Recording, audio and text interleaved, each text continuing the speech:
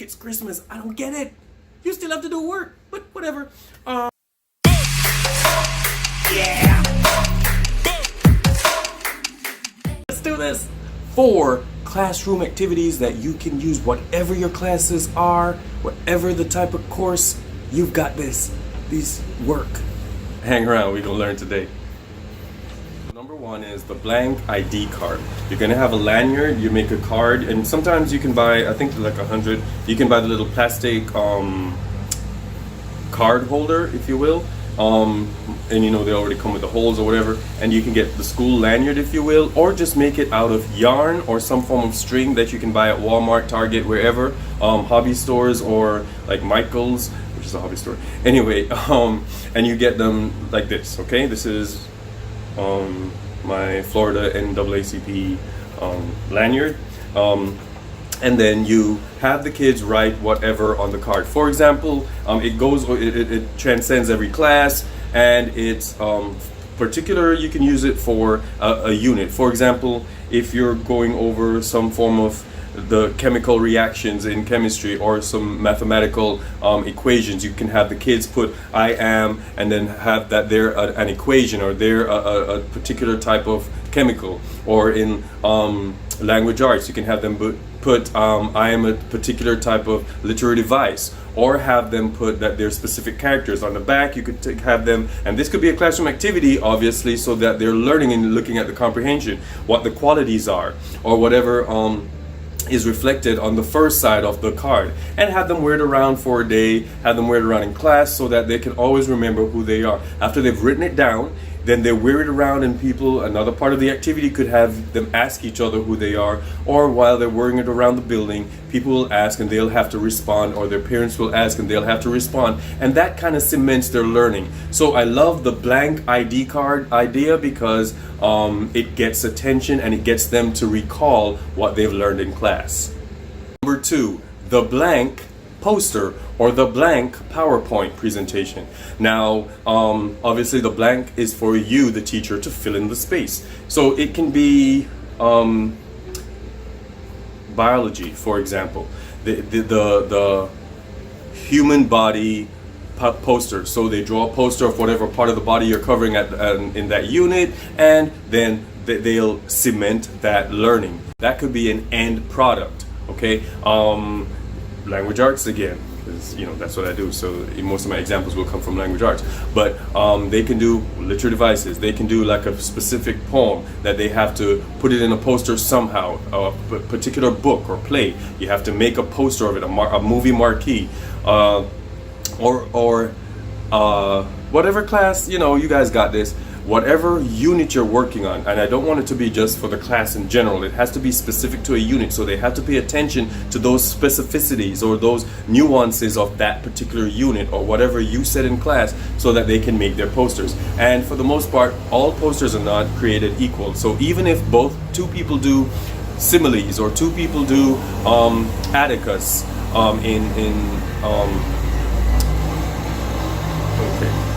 or if both people do Othello in Othello, then it will look differently. That they're gonna look at different parts of his personality. So it doesn't matter, you know, don't make it too crazy, don't get yourself too upset about 2 people or 4 people doing the same thing, especially if it's different class periods. It doesn't matter, as long as they understand the characters, as long as they understand what they have to do, and they're breaking down the parts of the unit that you've already taught and went planned and did all this work for. Now let them be creative, have fun, and do a good job. Now the 8.5 by 11, the regular copy paper, that's good size, but give it larger, so they'd have to be a little bit more creative and put a little bit more on the paper, because some will just give you the bare minimum.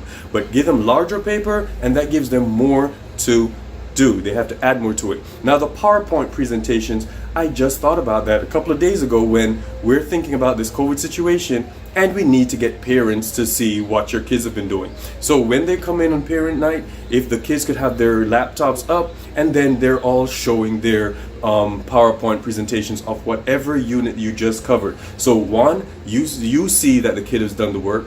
2, the kid sees that they've done the work.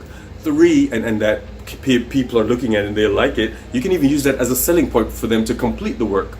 3, mom and dad see that, wait a minute, little Nikki's doing work? Whoa! And it looks great. So every parent that night will be beaming with pride that my kid is doing something in class, and look at it. Every other parent, possibly teachers, are walking by and seeing my kids work too. So the blank poster, the blank PowerPoint presentations, they rock.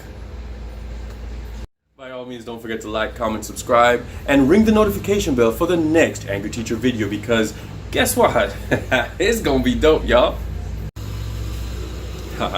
Number 3, envelope wars. Now, I love these. I've used them before, and they're cool, especially depending on how large of a project you have going on, or how large the content is that you have to put in. These work well. Make sure they're new, like from a pack, instead of like one of these that's already used, or obviously, you know, the little regular ones. Or sometimes I use the ones that are for cards that have the different colors. That's a lot more attractive to the kids, so I, you know, use those as well. Sometimes I will put like a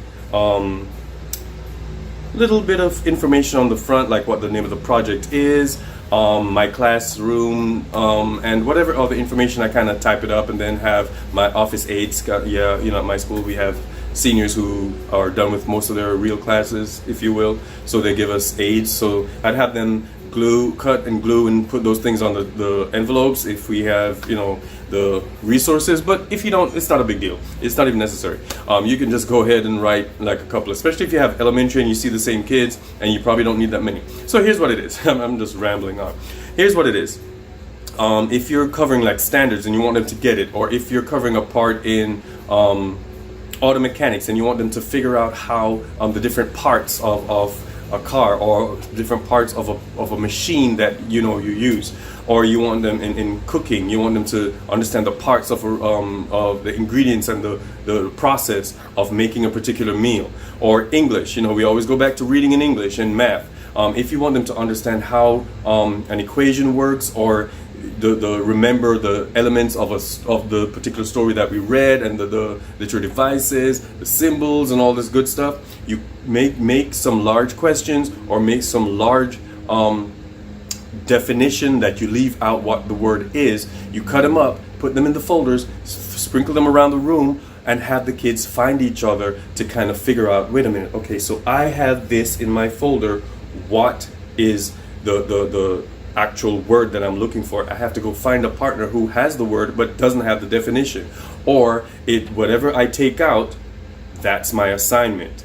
Okay, your assignment for today is figuring out this equation that I've given to you in the folder. No, you can't change it. No, that's the only one you're going to work with all day until we get the answer. Okay, so it's individual, and the kids get their own little thing. Now, sometimes if you use it more than once, there's a little bit of animosity. You know, they're a little bit nervous. Oh my God, which one am I going to get today? Because I didn't do well on the last one. But for the most part, they like the idea of opening up and being surprised by what's inside. All right. I've even done folders, well, envelopes, where I've posted them in the room, and they've had to go in and they climb up and they look inside and they see what they have to work with today.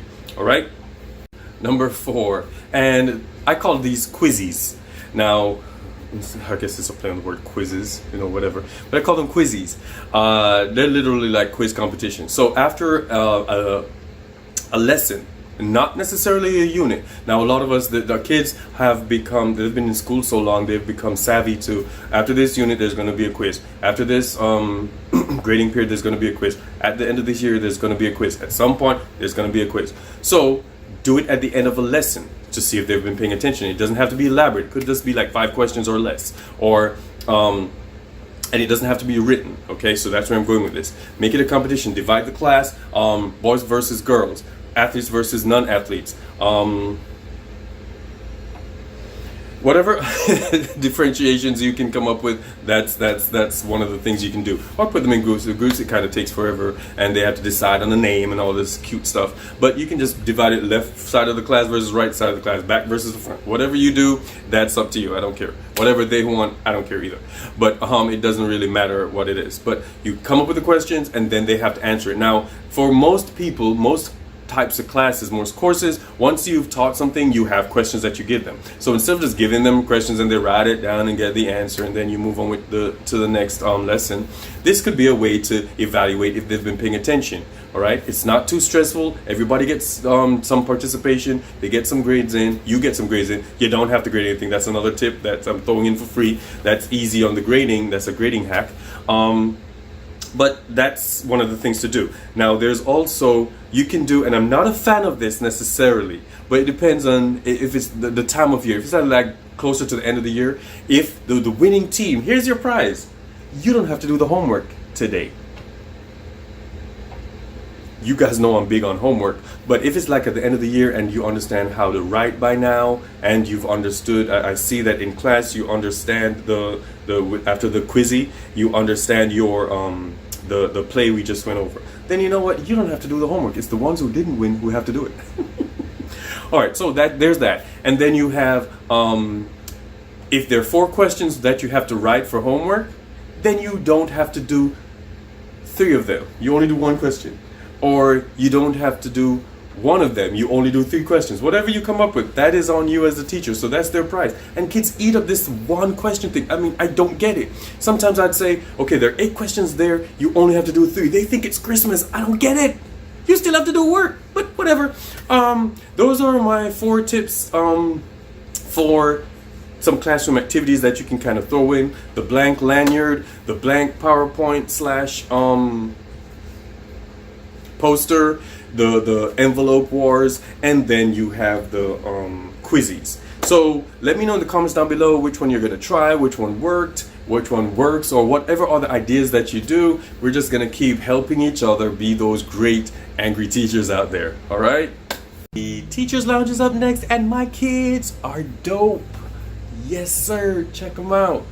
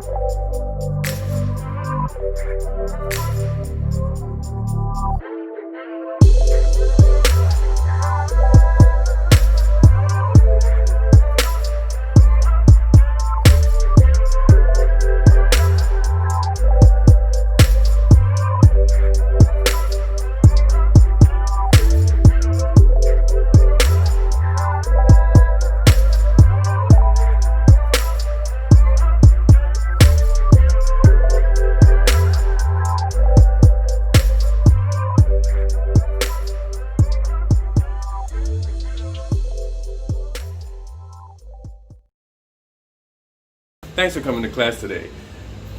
Go out there and be great. I need you just to go out there and teach.